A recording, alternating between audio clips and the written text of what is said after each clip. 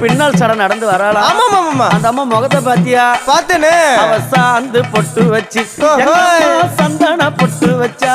அடடா. சாந்து பொட்டு வச்சு எங்கம்மா சந்தன பொட்டு என்னமா சொல்லிக்குதியா?